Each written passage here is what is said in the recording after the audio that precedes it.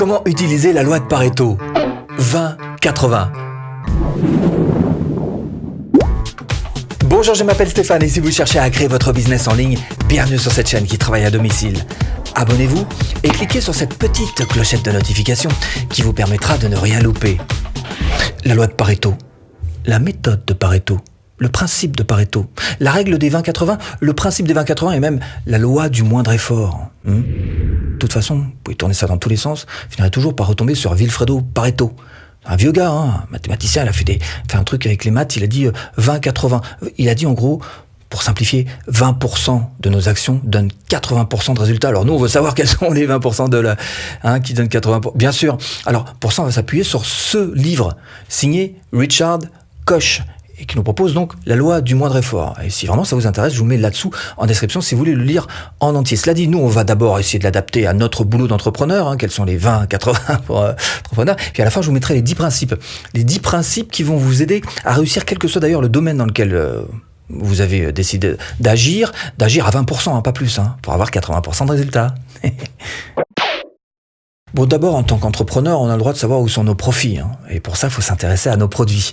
Et on se rend très vite compte qu'il y a des produits qui nous rapportent beaucoup, certains qui sont un petit peu à l'équilibre, et puis d'autres qui nous coûtent de l'argent. Alors, comment est-ce qu'on va trouver les 20% de produits qui nous ramènent 80% de résultats? Alors, par exemple, si vous vendez des formations, on va chercher quel est le chiffre d'affaires qu'on fait pour chaque formation. Et pour chaque formation, on va retirer les différents coûts qu'on peut avoir. Ça peut être la pub Facebook, ça peut être le marketing, ça peut être de la délégation, ça peut être les fournisseurs. Bref, vous retirez tout ça. Et au bout du compte, vous allez vite vous rendre compte, encore une fois, que vous retombez sur les mêmes chiffres. À peu près 20% de vos formations vous rapportent 80% de résultats. Alors, c'est pas toujours exactement 20-80, ça peut être 30-70.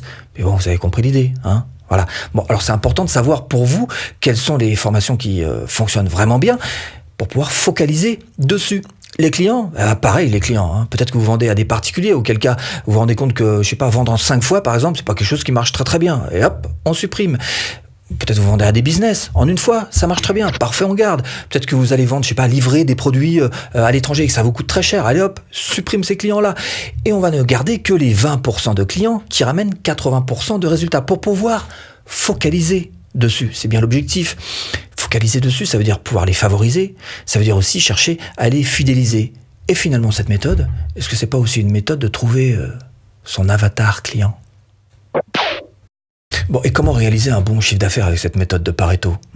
Là encore, 20-80, on va regarder notre gamme de produits, on va même chercher à la limiter, parce que votre objectif, ça va être de faire en sorte que les personnes n'aient pas l'attention détournée par des produits qui ne marchent pas. Voilà. Et alors vis-à-vis de vos clients, pareil, vous allez chercher à choyer vos 20% de clients les plus actifs, ceux qui achètent souvent et ceux qui achètent beaucoup. Sur ces 20% de meilleurs clients, cherchez d'abord à leur fournir un service sensationnel. 2, concevez de nouveaux produits en fonction d'eux. Faites des petits sondages. 3, et focalisez surtout sur le fait que vous voulez absolument, quoi qu'il arrive, les conserver et faites tout pour.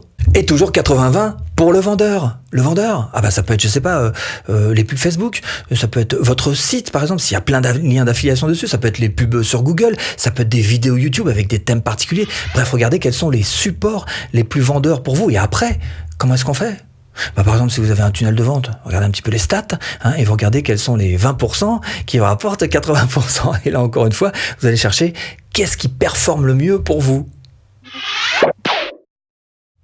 Bon, et maintenant, on va faire monter un petit peu l'ambition de tout ça. S'il y a un domaine particulier dans lequel vous avez envie de réussir, s'il y a un domaine spécifique que vous avez en tête, je vais vous proposer les 10 principes qu'a mis en place l'auteur du livre dont je vous ai parlé tout à l'heure, à savoir Richard Koch. 10 principes qui s'appliquent absolument à tous les domaines. On ne peut pas se louper avec ça. Stylo papier, vous y êtes ?